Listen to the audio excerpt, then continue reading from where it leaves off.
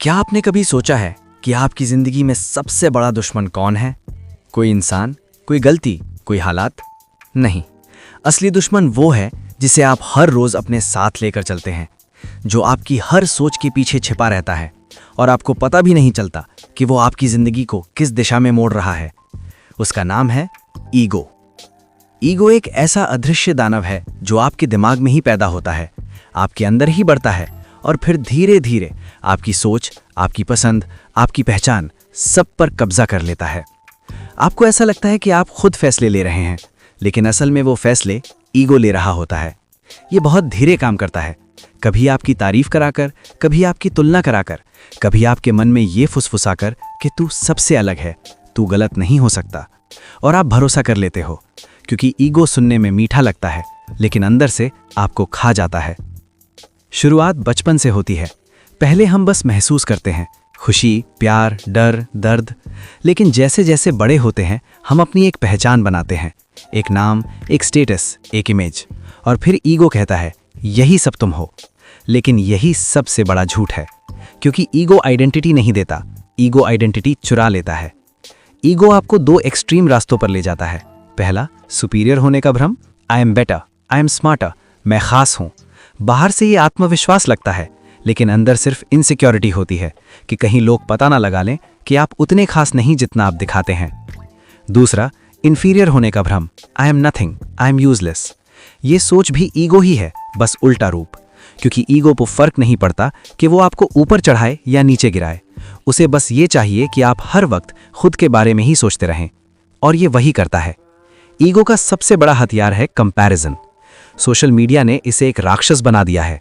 दूसरों की सक्सेस देखकर दुख होना, अपने अचीवमेंट्स को कम समझना, लाइक्स और व्यूज में अपनी कीमत ढूंढना, ये सब ईगो खिलता है इन्हीं चीजों से। आपको लगता है आप दुनिया से लड़ रहे हो, लेकिन सच्चाई ये है कि आप खुद से लड़ रहे हो। ईगो भावनाओं को भी कंट्रोल करता है। कोई इग्नोर करे, ईगो दर्द बन जाता है। कोई आपका विरोध करे, ईगो गुस्सा बन जाता है। कोई जीत जाए, ईगो जलन बन जाता है। आप सोचते हो ये इमोशंस हैं, लेकिन ये ईगो की इनविजिबल स्ट्रिंग्स हैं जो आपको पपेट की तरह नचाती रहती हैं। ईगो का सबसे खतरनाक पहलू ये है कि ये आपको कंफर्टेबल रखता है, लेकिन कभी ग्रो नहीं होने देता।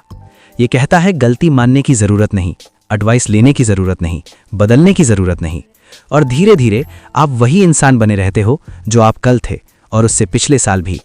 और ये स्टैग्नेशन ही ईगो की असली जीत है। रिश्तों में ईगो एक जहर है।